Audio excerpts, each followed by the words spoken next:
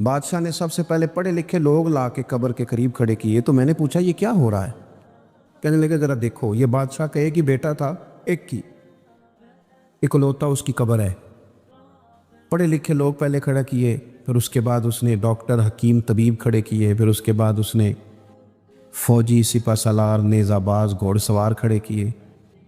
یہ کیا ہو رہا ہے؟ تو کہتے ہیں مجھے بتایا گیا اس کا ایک ہی بیٹا تھا، بیمار ہو گیا، پھر فوت ہو گیا۔ بادشاہ سال کے بعد یہاں آ کے کہتا ہے پتر، یہ سارے پڑھے لکھے لوگ میں نے تیری قبر پہ کھڑے کیے ہیں ملک کے، اگر علم لڑا کے تجھے بچایا جا سکتا تو شاید میں مرنے نہ دیتا۔ پھر یہ حکیم، طبیب، یہ سارے کھڑے ہیں اور بادشاہ کہتا ہے بیٹا اگر یہ ساری ان کی دانائی دے کے تجھے بچایا جا سکتا تو شاید میں تجھے مرنے نہ دیتا۔ پھر بادشاہ سپہ سالاروں کو، گھوڑ سواروں کو، تیر اندازوں کو کھڑا کر کے کہتا ہے پتر اگر طاقتیں لڑا کے بھی موت روکی جا سکتی معاذ اللہ تو شاید میں روک لیتا۔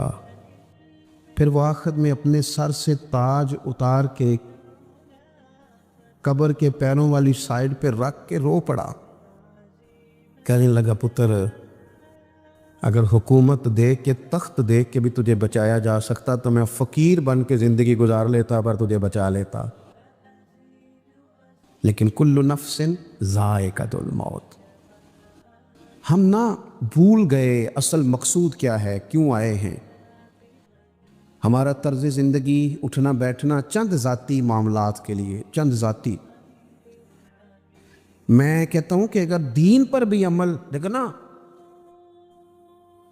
وظیفہ پڑھنے سے روزی میں برکت ہوتی ہے، شک کوئی نہیں، صدقہ دینے سے بلائیں دور ہوتی ہیں، شک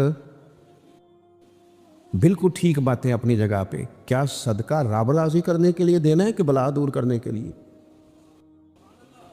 شک کوئی نہیں اس میں کہ آپ اللہ کی راہ میں خیرات کریں گے تو روزی میں برکت ہوگی، تو آج آ کے وہ وظیفہ بھی صرف روزی میں برکت کے لیے ہی پڑھنا ہے؟ وہ جو سب سے بڑی رضا ہے رب کی، دیکھو ضروری نہیں ہوتا۔ میرے حضرت صاحب رحمۃ اللہ علیہ ایک دفعہ بھی میرے گھر نہیں آئے،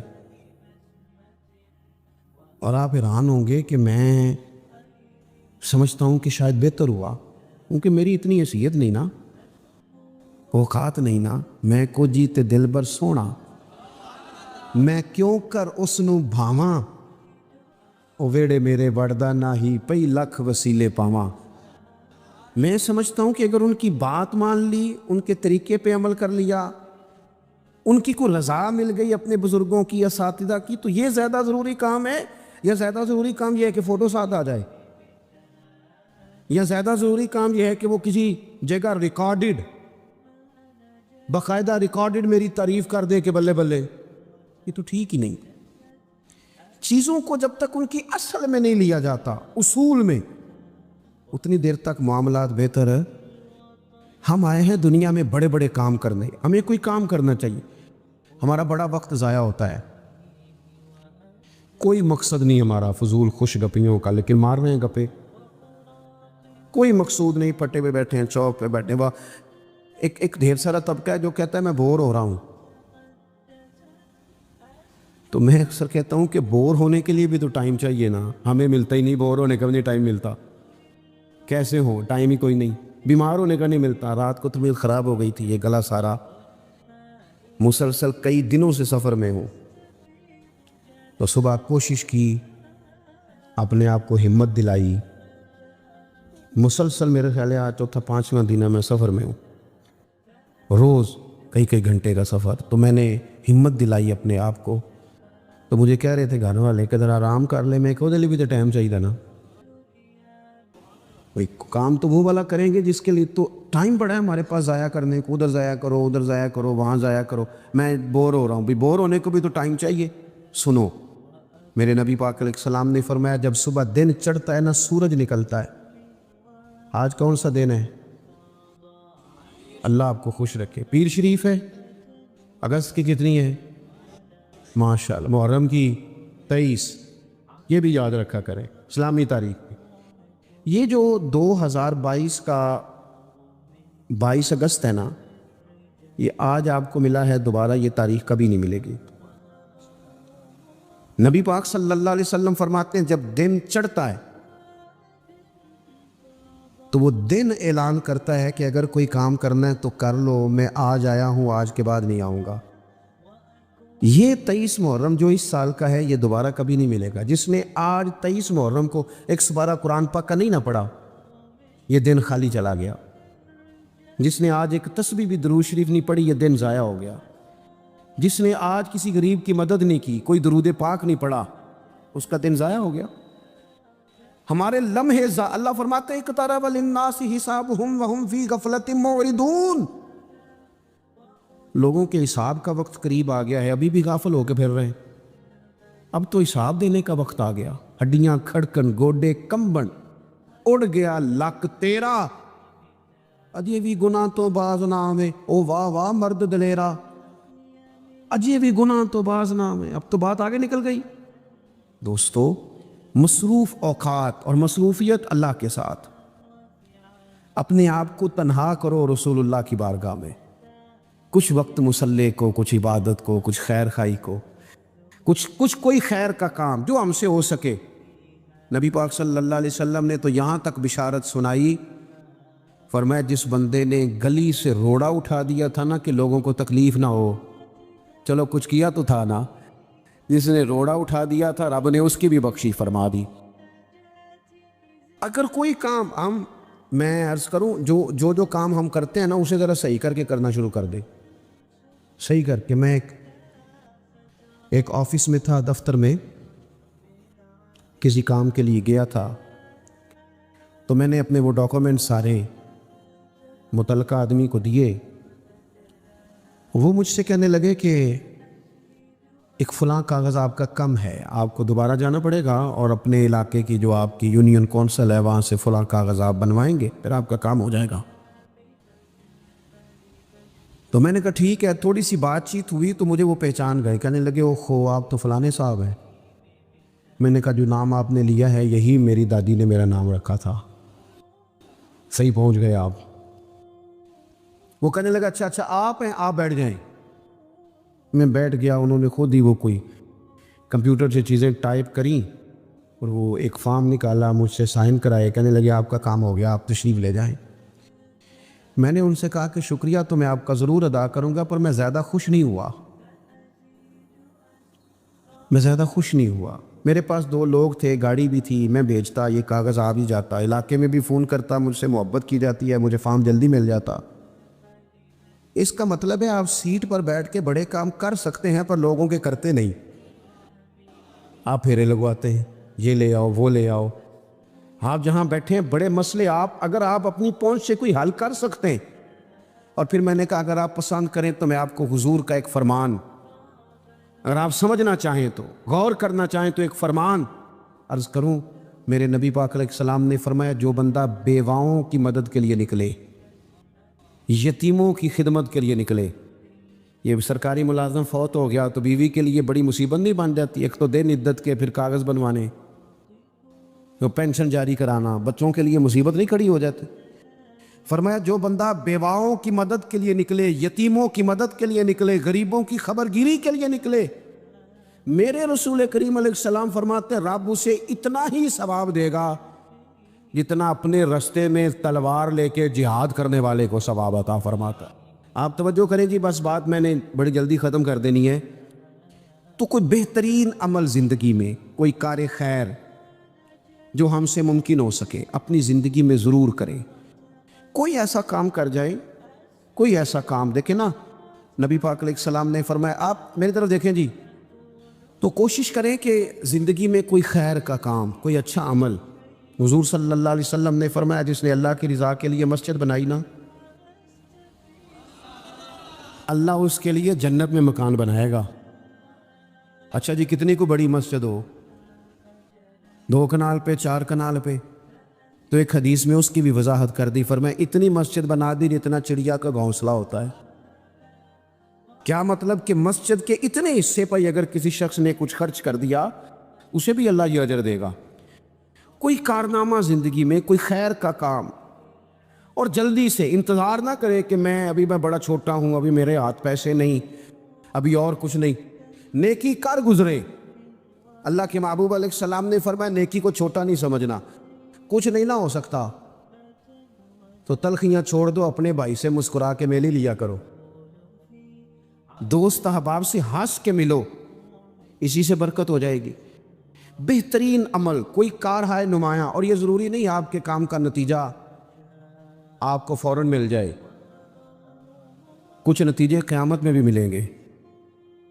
نبی پاک علیہ السلام نے صحابہ کرام علیہم رضوان کو حج کی فضیلت بتائی، کعبے کا طواف کرنے کا یہ ثواب ہے، حجر اسود کو چومنے کا یہ ثواب ہے، مینا، مزدلفہ، عرفات، سعی، طواف، سب کے حضور نے فضائل بیان کیے۔ تو جو جمرات پر رمی کی جاتی ہے جس کو اپنی زبان میں ہم کہتے ہیں شیطان کو کنکر مارنا، اس کی فضیلت نہیں سنائی، تو نبی پاک علیہ السلام سے صحابہ نے عرض کی یا رسول اللہ اس کی کیا فضیلت ہے؟ تو حضور نے فرمایا یہ تو تمہیں قیامت کے دن پتہ چلے گا نا، جب یہ نیکی بھی تلے گی، کچھ رزلٹ قیامت میں نکلیں گے۔ عمل کر جائیں، یہ نہ کہیں سویرے امام حسین قربانی دے گئے لیکن یزید 4 سال پھر بھی حکومت کر گیا، لیکن ان کی قربانی کا حال یہ ہے کہ گلی گلی امام حسین کا پیغام عام ہو گیا۔ وہ 4 سال حکومت کر گیا پر کوئی اس کا وارث بننے کو تیار نہیں ہے۔ تو ضروری نہیں نتیجہ سویرے نکلے عمل۔ وہ محمود غزنوی گزر رہے تھے تو ایک بابا درخت لگا رہا تھا تو ہاتھ کانپ رہے تھے، لیکن کچھ کر تو رہا تھا درخت لگاتا ہے، ہاتھ کانپ رہے ہیں۔ تو محمود غزنوی قریب آئے، اچھا لگا، کہنے لگے بزرگوں نہ تو آپ ان کی چھاؤں میں بیٹھ سکیں گے، درخت کی نہ پھل کھا سکیں گے، تو اتنی محنت کیوں کر رہے ہیں؟ تو بابا جی بڑے سمجھدار تھے، مسکرا پڑے، کہنے لگے میں نہیں بھی پھل کھاؤں گا تو چلو میرے پوتے تو کھائیں گے نا، چلو میں نہیں کھاؤں گا، میں نہیں چھاؤں میں بیٹھوں گا تو کوئی مسافر ہی بیٹھ جائے گا، کوئی مجھے خیر ملے گی، مجھے امید ہے اللہ فضل کرے گا۔ محمود بڑا خوش ہوا، انہوں نے ایک اشرفیوں کی تھیلی تحفے میں دے دی، بابا جی رکھ لو۔ تو بابا جی کہنے لگے تو ابھی کہہ رہا تھا تجھے پھل نہیں ملے گا، تو میں نے ابھی لگایا نہیں، پھل اللہ نے پہلے دے دیا ہے۔ رزلٹ تو ملتا ہے، پھل تو ملتا ہے، لیکن ہم کوئی بوٹا لگانے کو تیار ہے، کوئی خیر کا بوٹا، کوئی اچھائی کا درخت، کوئی کام کرنے کو تیار ہی نہیں۔ نبی کریم صلی اللہ تعالی علیہ وسلم کے غلاموں سنو، جب بابے نے کہا تو کہتا تھا نتیجہ نہیں ملے گا، تو مجھے تو مل بھی گیا ہے، تو محمود اور خوش ہو گئے، انہوں نے ایک اشرفیوں کی تھیلی اور دے دی۔ بابا کہنے لگا محمود دیکھ میرے خلوص کی برکت، لوگوں کے باغ میں سال میں 1 دفعہ پھل ہوتا ہے، میرے میں 2 دفعہ ہو گیا ہے۔ اس نے ایک تیسری تھیلی بھی دے دی۔ شرط یہ ہے کہ ہم کوئی خیر کا کام کریں، کوئی اچھائی کا کام کر جائیں، کوئی بہتری ہو جائے، کوئی ایسا اسلوب اختیار کریں جس سے کسی کو نفع ہو جائے، لیکن ہمارا مزاج یہ ہے کہ ہم بھلائی کرنے کو تیار۔ ایک بات آپ سے عرض کرنی ہے، کر لوں، کچھ نہ ہو سکے تو دوستوں کی صلح کرائیں، لڑائی نہ کرائیں۔ میں ایک جگہ میں بیٹھا تھا تو کچھ اور دوست بھی ہمارے وہاں بیٹھے ہوئے تھے، تو وہ اٹھ کے چلے گئے، تو جو میرے ساتھ باقی بندہ بچ گیا اس نے ان کی غیبت شروع کر دی، تو میں بڑا پریشان ہو گیا۔ اس نے کہا جی یہ اس طرح کا ہے، یہ دیکھو کتنی کہانیاں سنا رہا تھا، اس طرح کا ہے، اس طرح کا ہے، اس طرح کا ہے۔ میں پریشان ہو گیا۔ وہ مجھے کہنے لگا آپ کیوں اتنے پریشان ہو گئے؟ میں نے کہا اس لیے پریشان ہو گیا ہوں کہ وہ چلے گئے ہیں، تو نے ان کا چھوڑا کچھ نہیں، اب میں جاؤں گا تو پتہ نہیں پیچھے تو میرا کیا حال کرے گا، اس لیے کہ میں سمجھ گیا ہوں تیری طبیعت کیا ہے۔ ہم اس وقت تو مزہ لے رہے ہوتے ہیں جب کوئی ہمیں سنا رہا ہوتا ہے، لیکن جب کوئی ہماری سنائے گا پھر ہمارے لیے مصیبت کھڑی ہو جائے گی۔ ہم اس وقت تو کانوں کا ذائقہ لینے کے لیے سن لیتے ہیں فلانے کی غیبت، لیکن یاد رکھنا جو آپ کے پاس آ کے کسی کی سنا رہا ہے وہ آپ کو معافی نہیں دے گا، وہ چھوڑے گا نہیں، ہر چیز کھول کے رکھ دے گا۔ تو میں نے کہا میں اس لیے پریشان ہوں کہ آپ معافی نہیں دے رہے، تو میرا کیا کریں گے؟ تو خیر وہ بندہ کچھ سمجھدار تھا، کہنے لگا آپ نے میری توجہ کرائی ہے، آئندہ ایسا کام نہیں کروں گا۔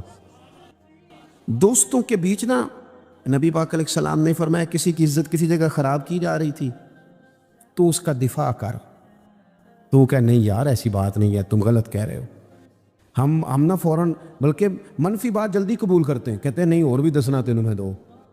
حضور نے فرمایا تو کسی کی عزت کہیں خراب ہو رہی تھی تو دفاع کر، جہاں تیری عزت کا مسئلہ بنے گا رب تیری عزت کا دفاع فرمائے ہو۔